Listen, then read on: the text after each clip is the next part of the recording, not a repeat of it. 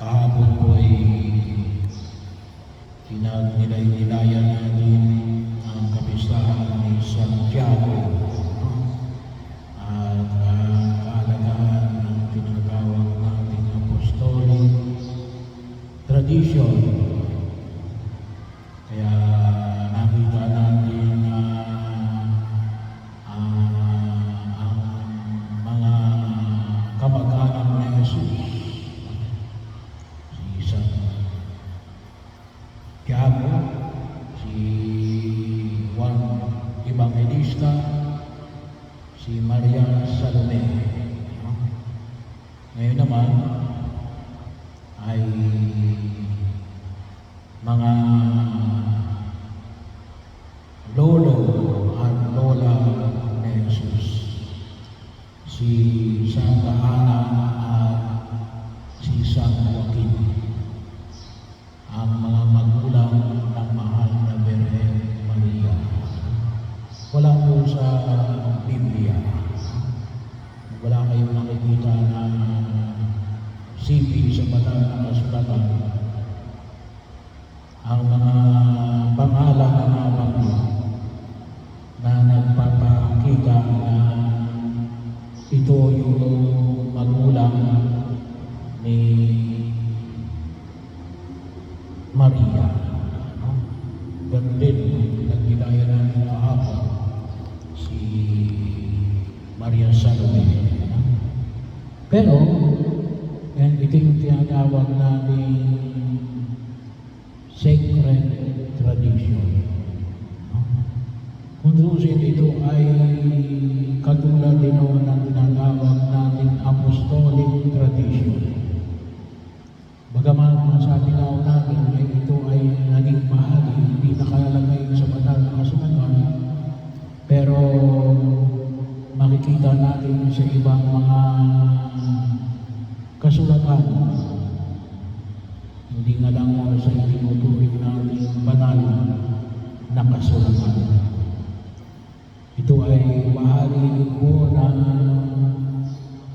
pag-aaral ng mga dalubhasa sa banal na kasulatan na nakita natin, lalong-lalo na sa mga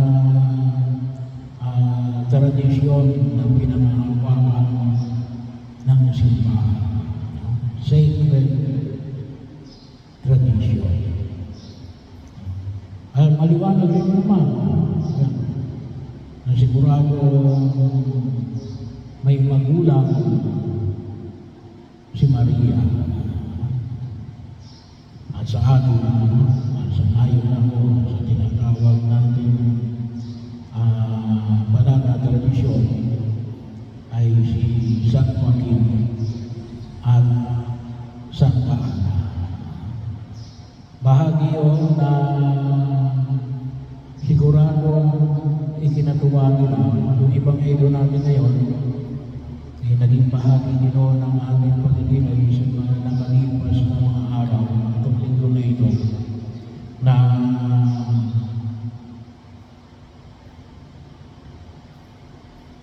mapalad kayo sapagkat nakakakita ang inyong mga mata at nakakarinig ang inyong mga tayo.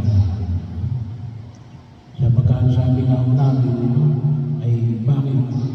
Ay, may mga tao, may mga mata, may mga tainga, pero hindi nakakakita, hindi nakakarinig. Una, sapagkat wala silang makita at wala silang marinig. Kasi yung kaganapan ng pagliligtas ng Diyos ay hindi pa ipinakita at ipinarinig sa kanila.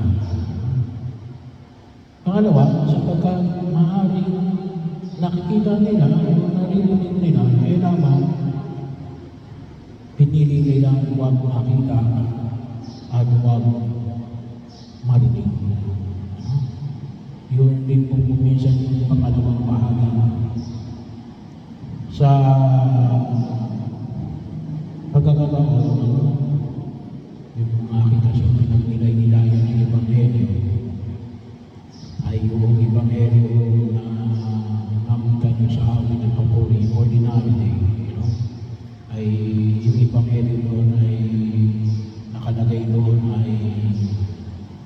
yung ah, tinatawag natin na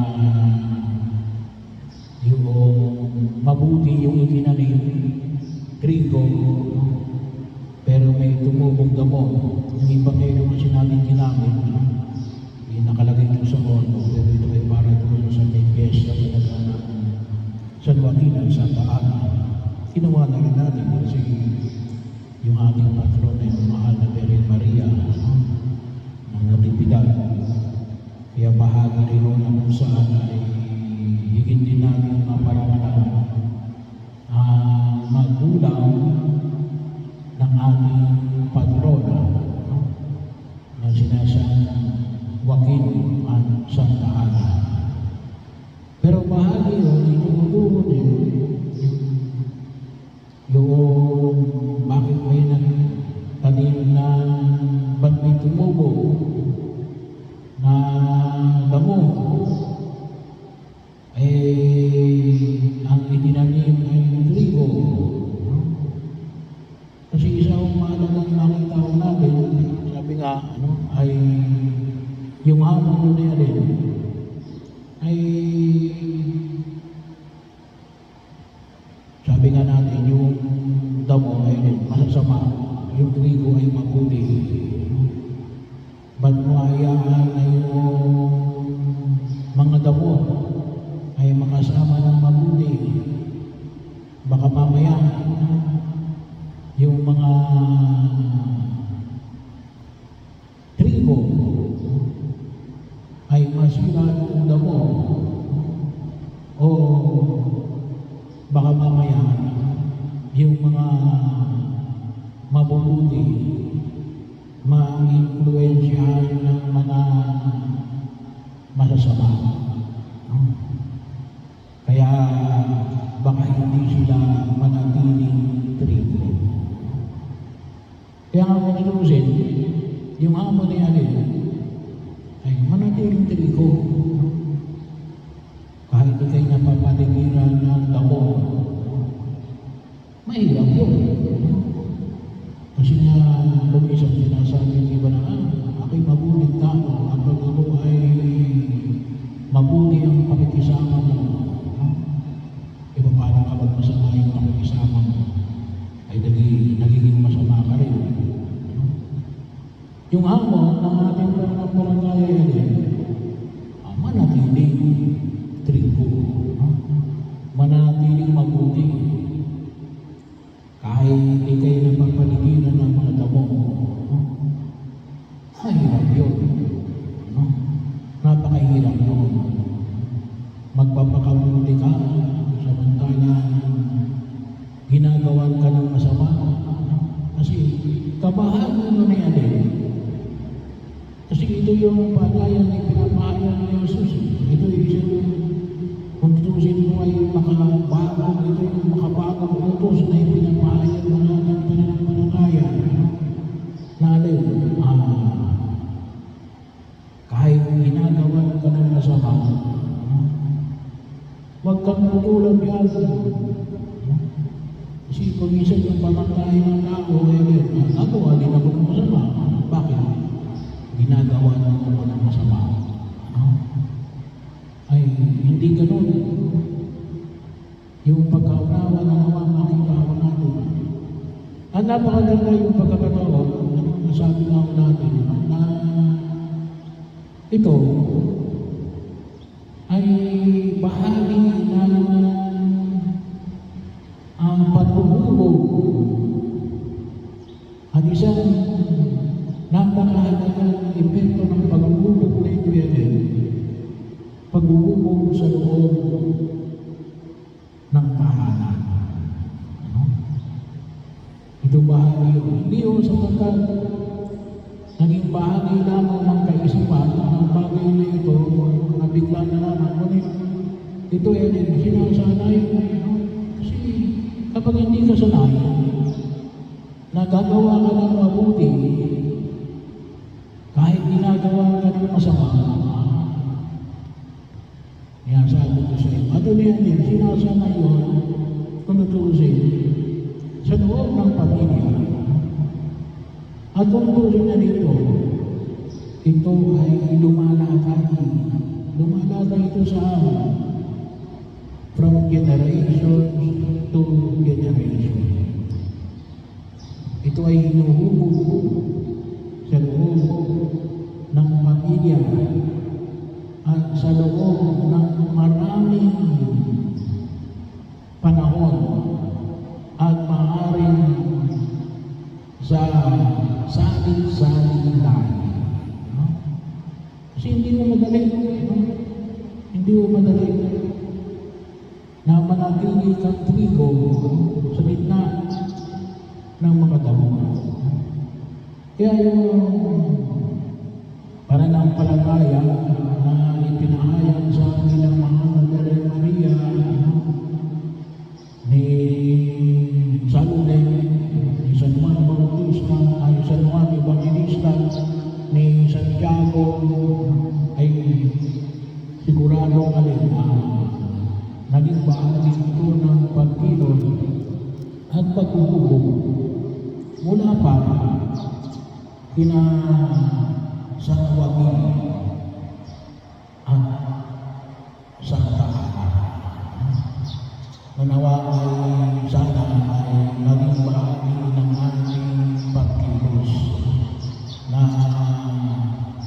nawa maunawaan natin sapagkat punutusin yung mensahe ay pinapaiwatig ng ating tunay na Panginoon ay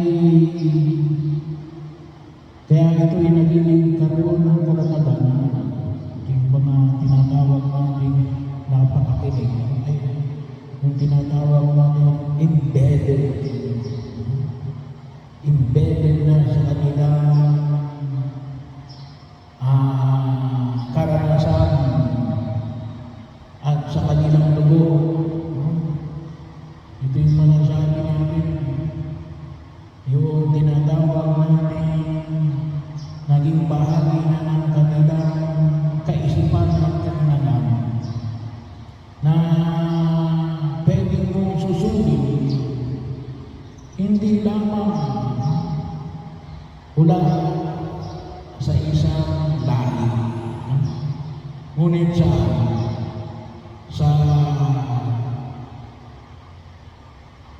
pinakadulo ng lahi. Kaya pagkakataon mo sa makita natin ang kahalagahan ng paghuhubog sa pamilya. At yun ay makikita nyo rin sa inyong mga anak at sa inyong mga apo kung sino ba talaga yung mapapalad na nakikinig at nakakapit